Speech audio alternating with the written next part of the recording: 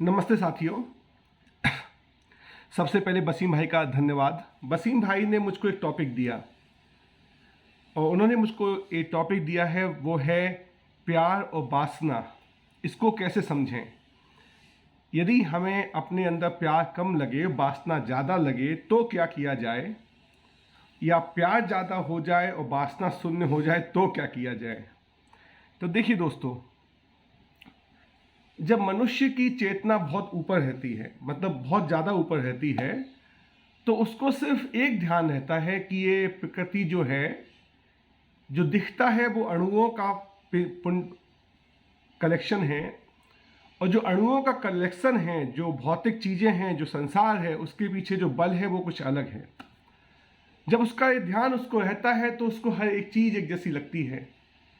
उसको संसार में पेड़ पौधे, कीड़े मकोड़े, इंसान, सब चीज़ें एक जैसे लगते हैं, क्योंकि उसको हमेशा ये ध्यान रहता है कि ये बदलाव इनमें होता रहेगा। कभी वो पेड़ है, वो हमारे शरीर में जाके उसका जो अन्न है वो शरीर बन जाएगा। जब ये शरीर मरेगा तो मिट्टी में मिलके फिर मिट्टी बन जाएगा, और वह मिट्टी फिर से पुनः पेड़ का निर्माण कर सकती है। तो जिसको दोस्तों ध्यान रहता है वो थोड़ा सा शून्य के जैसे रहता है, वो ओस की उस बूंद के जैसे संसार में आता है, जो आती है और चली जाती है। संसार को लगता है वो किसी काम का नहीं, लेकिन संसार भूल जाता है कि वह संसार के काम ही आया। दिखने में वो संत हो सकता है, हिमालय पे बैठा हुआ साधु हो सकता है, लेकिन यदि उसकी चेतना संसार में नहीं आती तो संसार चलायमान नहीं रहता। उसका नाम भी हमें पता नहीं चलता, लेकिन वही हमारे अस्तित्व का एक कारण बन जाता है। हमें ऐसे लोगों के लिए बहुत बहुत धन्यवाद। तो ये हो गए ऐसे लोग जिनको हम बोलेंगे, इस कैटेगरी में रखेंगे, जो पहली कैटेगरी है, जो ध्यान रखते हैं। इसके बाद चेतना की ऊंचाई जब थोड़ी सी कम होती है, आदमी का थोड़ा सा उसको संसार दिखना स्टार्ट होता है, और उसके अंदर संसार में लोग दिखते हैं, उसको दिखता है कि संसार एक चक्र है। उसको दिखता है किस तरीके से इंसान कीड़े के काम आता है, कीड़ा इंसान के काम आता है। उसको वो चक्र पूरा दिखता है जो हमने बायोलॉजी में पढ़ा है। वो समझ जाता है कि इंसान उस चक्र के केंद्र में नहीं है, जबकि वो चक्र का हिस्सा है। और ऐसे व्यक्ति जो इंसान को, स्वयं को प्रकृति का केंद्र नहीं मानते, प्रकृति का एक हिस्सा मानते हैं, जिन्हें इस कनेक्शन की, इस इंटरकनेक्टेडनेस की समझ होती है, उन्हें मैं प्रेमी बोलता हूं। उनकी जो समझ है कि संसार कैसे चलता है, उसकी समझ उस व्यक्ति को एक ऐसा अद्भुत हीरा बना देती है कि उसका अस्तित्व ही प्रकृति के लिए वरदान होता है। वो जहां जाता है खुशबू फैला देता है। उसकी सहज आभा, उसकी जो सहजता होती है, उसका जो प्रकाश पुंज होता है, उसका जो हेलो होता है, वो जिस कॉलोनी में रहता है वहाँ पे अच्छा माहौल हो जाता है। वो जिस पार्टी में जाता है वहाँ पे एक अद्भुत वाइब्स आने लगती हैं। वो उस व्यक्ति को आप सब लोग किसी न किसी रूप में कहीं ना कहीं जरूर मिले होंगे, तो उसके बारे में ज़्यादा नहीं बताता हूँ। तो वो चेतना का जो लेवल ध्यानी था, उसके नीचे प्रेमी मान लीजिए आप। अब नीचे ऊपर अब बोलना पड़ता है समझाने के लिए, लेकिन ना कोई ऊपर है ना कोई नीचे है, लेकिन तब भी समझाने के लिए अब मैं क्षमा मांगता हूँ इन शब्दों के उपयोग के लिए, लेकिन ध्यान के नीचे हम उसको प्रेमी मान लेते हैं। तीसरे नंबर पर जो व्यक्ति होता है साथियों, उसको कुछ जल्दबाजी होती है। उस जल्दबाजी में, क्योंकि कनेक्शन में टाइम लगता है प्रकृति में, अब बीज आज डाला है, उसको समय लगेगा ना, थोड़ा सा आम का पेड़ बनने में 5-6 साल 10 साल लगेंगे ना, उसको जल्दी रहती है। तो वो क्या करता है, कुछ तरीका ढूंढता है व्यापार करने का, कि भाई मेरे पास अमरूद है, उसके पास आम है, चलो आप मेरा अमरूद ले लो, आप मुझे आम दे दो। और वो जल्दबाजी, वो आकुलता व्यापार का, सभ्यता का आधार बनती है। मानव आपस में जुड़ने लगते हैं, गांव शहरों का निर्माण होने लगता है, और वो जो संकुचन है, जो एक मेजरिंग माइंड की वजह से होता है, एक तुलनात्मक दिमाग की वजह से होता है, तो जितना उसको अणु दिखते थे ध्यानी को, जिससे कम प्रेमी को इंसान दिखते थे, उससे कम उसको सिर्फ कुछ इंसानों का समूह दिखने लगता है। उसके मन में नेशनलिस्ट, कम्युनिस्ट, सोशलिस्ट, जो भी आप इष्ट लगाते हैं, मतलब जो भी आप सिस्टम बनाते हैं, कम्युनिज्म, सोशलिज्म, कैपिटलिज्म, वो सब इस चेतना के तीसरे नंबर पे नीचे के दायरे में आता है, जिसको मैं बोलता हूँ मेजरिंग माइंड, जिसको मैं व्यापारिक बुद्धि बोलता हूँ दोस्तों। तो यह जो व्यक्ति है वो ध्यानी नहीं रहा, वो प्रेमी नहीं रहा, वो ज्ञानी बन जाता है। और यही ज्ञान एक टिपिंग पॉइंट है। इस ज्ञान से वो वापस प्रेमी भी बन सकता है, वापस ध्यानी भी बन सकता है। लेकिन कुछ ऐसा प्रकृति का चैलेंज है मनुष्य को कि जब हम इस ज्ञानीपन में आते हैं तो इसका मद हमें आ जाता है और हम तुलना करना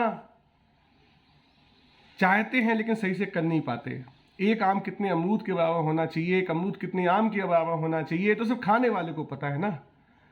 आप मुझे 1000 रुपये भी दोगे तो करेले की सब्जी नहीं खिला पाओगे, और मैं काजू कतली 5000 किलो की भी खा लूँगा, मूड होगा मेरा। तो मतलब कहने का मतलब, जिस चीज़ को मार्केट तय कर लेती है दाम, वो वास्तव में हम उसको कैसे उस वैल्यू को परसीव करते हैं वो हमारा बहुत ही सब्जेक्टिव है।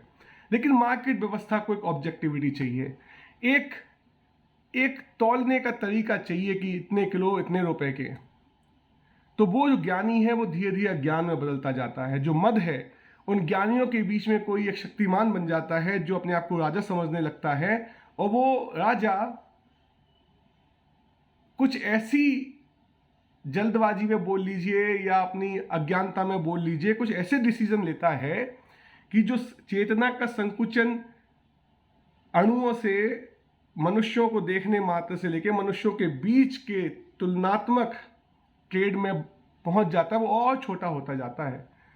कैपिटलिस्ट सिस्टम जब दुनिया में आया, इंडस्ट्रियलाइजेशन हुआ, तो लोगों को अब गांव शहरों, मतलब जो उनका समूह था, उनमें व्यापार करने की जो उससे जो दबाव पैदा हो रहा था, उसकी जगह उन्होंने क्या किया, उसकी जगह उन्होंने अपने दायरे को और छोटा कर लिया। मतलब एक बड़े समूहों की चिंता करने की जगह उन्होंने अपने से फैमिली पे जोर देना स्टार्ट कर दिया। अब तो दोस्तों ऐसा हो गया है कि हम ज्ञानी भी नहीं रहे, अज्ञानता ने हमें इतना जकड़ लिया है कि हम वासना हमें आ गई है। वासना क्या आ गई है कि हमें से 2-4 लोग ही दिखते हैं फैमिली में, और यही वासना का मूल कारण है। जब हमारी वासना बढ़ जाती है तो हमें इतनी बेचैनी होती है, इतनी बेचैनी होती है कि उसका केंद्र बिंदु कुछ भी हो सकता है। फिर आप एक किसी अपोजिट सेक्स के व्यक्ति पे अपनी वासना का केंद्र बना के उसको पाना चाहते होंगे। कभी उस वासना का केंद्र मनी बन जाता है, कभी उस वासना का केंद्र फिटनेस बन जाती है, कभी उस वासना का केंद्र नाम कमाना बन जाता है, कभी उस वासना का केंद्र फेम पाना बन जाता है, कभी उस वासना का केंद्र पड़ोसी की टांग खींचना बन जाता है, कभी उस वासना का केंद्र दूसरे धर्म, दूसरे राज्य के लोगों को नीचे ले जाना बन जाता है। ये सब तो सिम्टम है, जो भी हम समाज में दिख रहा है वो वासना के सिम्टम है दोस्तों। तो ये जो लस्ट है, ये जो वासना है, वो क्यों है? क्योंकि चेतना अकड़ गई है, जकड़ गई है, और इसका मूल कारण है अभाव। जब हमें अभाव होता है चेतना का तो स्वभाव बिगड़ जाता है मनुष्य का। जब बुखार आता है तो खट्टा मीठा, मीठा खट्टा, बिल्कुल स्वाद ही नहीं आता। मतलब आप उसको रसगुल्ला खिला दोगे किसी बुखार वाले व्यक्ति, उसको स्वाद नहीं आएगा। यही है ज्वर, यही है अज्ञानता का ताप। अभी कोरोना में लॉकडाउन हुआ था, सब कुछ ठीक तो था, मतलब मुझे कोई दिक्कत नहीं थी, किसी को कोई दिक्कत नहीं थी। एक अनाउंसमेंट टीवी पे आया कि कल से लॉकडाउन लगेगा, लोग भागे। मतलब लोग ज्ञानी थे कि जब जरूरत होगी तब मिल जाएगा, लेकिन एक ऐसा अभाव का भाव क्रिएट किया गया लॉकडाउन बना के, मतलब किया नहीं गया, मतलब जरूरत पड़ी थी इसीलिए हुआ। जैसे वो अभाव का भाव आया, जिसके पास पैसा था उसने लाइन लगा दी दुकानों में, एक की जगह 100 सामान खरीदने लगा। तो क्या हुआ? जिस सामान की वैल्यू नॉर्मल चीजों में समय में नहीं थी, उस सामान की वैल्यू बढ़ गई, और उस सामान की जो कीमत चुकानी चाहिए थी वो कीमत बढ़ गई। तो कई लोगों के पास जब पैसा नहीं था वो उसको ले नहीं पा रहे थे। तो आज ऐसे ही कुछ वासना के नाम पे हो रहा है दोस्तों। हमें शरीर भोग करना है, वो हमारा असली टारगेट नहीं है। हमें तो प्रेम करना था, हमें तो सामने वाले व्यक्ति का अटेंशन पाना था, हमें तो उसके साथ जीवन चलाना था, अपना दैनिक जीवन जिसे हम बोलेंगे ट्रेड, उसके साथ उसके साथ बातें करनी थी, तो उसे हम प्रेम बोलेंगे, और उसका सिर्फ अटेंशन देना था एक दूसरे को। उसको हम उसको हम ध्यान बोलेंगे। तो हमारा वो टारगेट था दोस्तों, शरीर भोगना हमारा टारगेट नहीं था। लेकिन क्योंकि हमें अभाव क्रिएट कर दिया गया, आर्थिक व्यवस्था कुछ ऐसी हो गई कि जिसके पास अच्छी नौकरी है उसको अच्छी लड़की मिलेगी, अच्छी लड़की होते हुए भी यदि कोई लड़की का कलर काला है तो उसको अच्छा लड़का नहीं मिल रहा है। ये क्या है? सब अभाव है, ये आर्टिफिशियल अभाव है। और इसकी वजह से शरीर का दाम बढ़ गया, मतलब वासना का दाम बढ़ गया, मतलब लड़की लड़का शरीर, इस चमड़े का दाम बढ़ गया दोस्तों। ये अभाव की वजह से हुआ। और उस अभाव की वजह से जो उसकी कीमत चुकानी पड़ रही है वो सबके पास है नहीं। सबकी नौकरी नहीं लग पाती है, सब गोरे नहीं होते, सब ऐश्वर्या राय नहीं होते, सब सलमान खान नहीं होते। तो बहुत ही दिक्कत है दोस्तों। तो इसे मैं वासना बोलूँगा। तो अब आप बिल्कुल समरी में बताता हूँ। जब अटेंशन कम हो जाता है तो वो प्रेम की जैसे समाज में परिभाषित होता है। जब प्रेम कम हो जाता है तो व्यापार बन जाता है। जब व्यापार कम हो जाता है या बुद्धिमानी पूर्वक नहीं होता है तो वो पावर, शक्ति, सत्ता बन जाती है। और जब सत्ता अपना मूल उद्देश्य भूल जाती है तो समाज में हर जगह वासना फैल जाती है दोस्तों। क्या किया जाए? अगर आपको लगता है कि आप अपने अंदर झांकिए कि आपके 100 यदि आपका आंकड़ा है तो 100 में से आप में आपको किन किन जगहों पर ध्यान है। शायद आपको लगेगा कि फैमिली में मैं ध्यान से देखता हूं। किन किन जगहों पे प्रेम है? आप बोलोगे शायद हो सकता है कि मैं अपने रिश्तेदारों के साथ प्रेम में रहता हूं। कितने जगहों पे व्यापार है? शायद दोस्तों के साथ कुछ व्यापारिक जैसे संबंध, मतलब for a season for a reason हो सकता है। और कहाँ कहाँ वासना है? वासना मतलब मुझे ही सब कुछ चाहिए। तो जहाँ जहाँ वासना है दोस्तों, वहाँ वहाँ आप भक्ति का सहारा लीजिए। परम पिता परमेश्वर से बोलिए, जो भी आपका इष्ट है, भगवान मुझे इससे मुक्त कराओ। मुझे समझ में आ गया है कि इस वासना से मैं अपना घाटा कर रहा हूँ, जो इंटरकनेक्टेडनेस है दुनिया के साथ उसको तोड़ रहा हूँ। जहाँ जहाँ वासना है, भक्ति का सहारा लीजिए। आपके जीवन में जहाँ जहाँ आपको लगता है कि मैं व्यापार कर रहा हूँ, मजबूरी है व्यापार करना, मैं खुद से अपना गेहूं नहीं उगा सकता, तो कम से कम गेहूं का सही दाम तो दीजिए। वो किसान जो बरसात में भीग के, धूप में, गर्मी में परेशान होके गेहूं उगा रहा है, उसका गेहूं से 30 रुपए किलो। और जो उस गेहूं से 1 किलो गेहूं से 100 बर्गर बना रहा है, उसकी 100 बर्गर की कीमत 3000 रुपए। कहाँ का न्याय है दोस्तों? क्या चल रहा है? थोड़ा समझिए इस बात को। तो जहां जहां आपको लगे कि आपकी व्यापारिक बुद्धि या समाज में रहने का जो तरीका है वो किसी सत्ता के नियमों से इस तरीके से कदर प्रभावित हो गया है कि हमें खुद एहसास होता है कि गेहूं की सच्ची कीमत क्या है, लेकिन हम दे नहीं पाते हैं। हम एक दूसरे को देने से रोकते हैं। हमारी कॉलोनी में बाई आती है, मुझे लगता है कि बाई के घर में आने से मुझे महीने में कम से कम 8-10 हज़ार का फायदा होता है, क्योंकि समय बचता है, शरीर की ताकत बहती है। लेकिन मैं अपनी बाई को चाहे के भी 1000 रुपए के ऊपर नहीं दे सकता। क्यों दूंगा? तो कॉलोनी वाले मुझे बाइकआउट कर देंगे। ये कहाँ की नीति है दोस्तों? खुद तो बेईमान है, दूसरों को बेईमान, कोई चाहे कि ईमानदार बनना चाहे तो रोक लेते हैं उसको। अरे बहुत आए ऐसे। थोड़ा सा दोस्तों समझो, जहां जहां हमारे व्यापारिक बुद्धि खराब हो गई है वहां वहां ज्ञानी होना जरूरी है। ज्ञान किस चीज का? क्या है सही कीमत हर चीज की? इस चीज का एक ज्ञान यूनिवर्सिटीज में नहीं मिलता। आज का जो एमबीए करते हैं ना, आज का जो एमबीबीएस करते हैं, उन सबके पास एक economics, fiscal management, budget management, IRR, CRR, capital, return on capital, ये सब पढ़ाते हैं। अगर पढ़ाई का लक्ष्य ही कॉमर्स है तो पढ़ाई नहीं है दोस्तों। वो सत्ता आपको यूज कर रही है वो सब सिखा के अपनी सेना में भर्ती करने का। याद रखिएगा इस बात को आप। जहां जहां आपके जीवन में प्रेम है उसको खिलाइए दोस्तों, क्योंकि यहां तक आप कुछ कर सकते हो। आप ध्यान बढ़ा नहीं सकते। ध्यान तो जब आप ज्ञानी हो जाते हो, भक्त हो जाते हो, और अपना प्रेम का जो कर्म है, मतलब प्रेम आपको कुछ मजे देने के लिए नहीं आता, प्रेम तो आपको गतिशील बनाता है। जब आप घर में 2 लोगों से प्यार करते हैं अपने बच्चों को, तो सुबह से लेकर शाम तक नौकरी करते रहते हैं। सोचिए यदि वो प्यार आपको 20,000 लोगों से हो जाए, अपने पूरे गांव से हो जाए, अपने शहर से हो जाए, तो क्या सुबह से लेकर शाम तक नौकरी करने से आपका काम चल जाएगा? नहीं चलेगा। तब आप सोचेंगे कि काम को स्मार्ट तरीके से कैसे करें। फिर आप सोचेंगे काम को मिलके कैसे करें। हम खुद सबका काम करने की जगह सबको इतना कैपेसिटी कैसे दें कि सब अपना अपना काम करके एक साथ सहयोग करके, यज्ञ करके समाज को आगे बढ़ा लें। बस। तो लस्ट को कम करने का तरीका भक्ति। जब भी आपको लगे कि सेक्स उमड़ रहा है, जहां देखो आंख से पाप किए जा रहे हैं। भक्ति का सहारा लीजिए दोस्तों, जाके मंदिर में बैठ जाइए, भगवान से, भगवान मुझे पता चल रहा है कि मैं गलती कर रहा हूँ, मैं अपने आप को रोक नहीं पा रहा हूँ। भगवान वहाँ से मुक्त करेंगे। वो भक्ति जो है वो आपको मुक्त करेगी। भक्ति क्या, हर व्यक्ति में अपनी, हर लड़की में अपनी माँ देखो, हर लड़की में अपनी बहन देखो। जब ये नजर आ जाएगी तो फिर काहे का वासना नहीं रहेगी। वो वासना दोस्तों, जहां जहां व्यापारिक बुद्धि खराब हो रही है, ज्ञान लीजिए। जहां जहां प्रेम करते हो वहां पे प्रेम को, मान लीजिए मुझे अपनी 2 बच्चियों से प्यार मिलता है, अपनी वाइफ से प्यार मिलता है, अपने माता पिता से प्यार मिलता है। प्यार मुझे इसलिए नहीं मिल रहा है कि मैं इनको वापस उतना प्यार करके हिसाब सेटल करके हाथ धो लूँ। ना ना ना ना ना, मेरी 2 बच्चियाँ, मेरे भाई, मेरी बहन, मेरे ससुराल वाले, मेरे दोस्त, मेरी बीवी, मेरे माता पिता, ये सब जो प्यार देते हैं, मेरे प्यार के बीज हैं। और इस बीज से मुझे इस समाज में प्यार की खेती करनी है। ये लोग मुझे जितना प्यार करते हैं, ये मेरी ताकत है। और मैं कितने लोगों को प्यार करता हूँ समाज में, ये मेरा साहस है।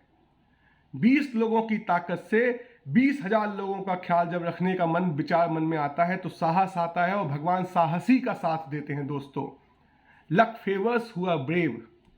लक्की बनना है तो जितनी ताकत है उसको समाज में झोंकिए, ज़्यादा लोगों की चिंता कीजिए। और जब इस समाज में आप 20,000 लोगों की चिंता करेंगे और वो समाज आपकी ताकत देखेगा, आपका जज्बा देखेगा, आपका जुनून देखेगा, वो भी प्यार की खेती करेगा। और 20,000 लोग जब 4 लाख लोगों को प्यार की खेती करेंगे, लौट के कहाँ आएगा दोस्तों, वापस इन 4-5 लोगों के ऊपर आएगा दोस्तों। ये है इनका ख्याल रखना। इनका ख्याल आप नहीं रख सकते। जो आपके माता पिता, भाई बहन, साथी संबंधी हैं, यदि वो आपको प्रेम करते हैं और आप उनको प्रेम करके उनका ख्याल रखना चाहते हो, वो अज्ञान है। उनके प्यार को समाज में झोंक दीजिए। और जब वो समाज उस प्यार को फैला के वापस आपकी बीवी, बच्चे, माता पिता, भाई बहन को प्यार देगा, वो दोस्तों मल्टी बैगर शेयर है। वो दोस्तों स्टॉक मार्केट का एक वॉरेन बफेट है। वो जिंदगी का बाजीगर है दोस्तों, याद रखिए आप इस बात को। और जब आप ज्ञानी बन जाएंगे, भक्त बन जाएंगे, कर्म करेंगे, तो भगवान आपको ब्लेसिंग्स देगा दुनिया को देखने का, समझने का। तब आपको वास्तव में लगेगा कि जिसको मैं सांप समझ रहा था, जिसको मैं डरावनी शक्ति समझ रहा था, जिसको मैं कायनात समझ रहा था जो हमेशा बदलती है, बड़े बड़े राजपाट खत्म कर देती है, कभी किसी को उठा लेती है, कभी किसी को गिरा देती है, वो कुछ नहीं है। वो अणुओं का मिलना जुलना, अपना भेष बदलना है। हम कभी नहीं मरते, कोई कभी नहीं मरता। ना मेरी माता मरेंगी, ना मेरे पापा मरेंगे, ना मेरे बच्चों को कुछ हो सकता है, ना मुझे कुछ हो सकता है। तब आप जो शांति का जीवन व्यतीत करते हैं, जब आपको लगता है कि मेरे दोस्त से मुझे बात करने के लिए फ़ोन नहीं उठाना है, सिर्फ उसके बारे में अच्छा सोचना है, वो भी मुस्कुराएगा, यहाँ मैं भी मुस्कुराऊंगा। उसकी वजह पता नहीं होगी, लेकिन मुस्कुराएंगे सब, खिलखिलाएंगे सब। मेरे सभी दोस्त, इतना आभारी हूँ मैं आपका कि आपने मुझे इतना बल दिया।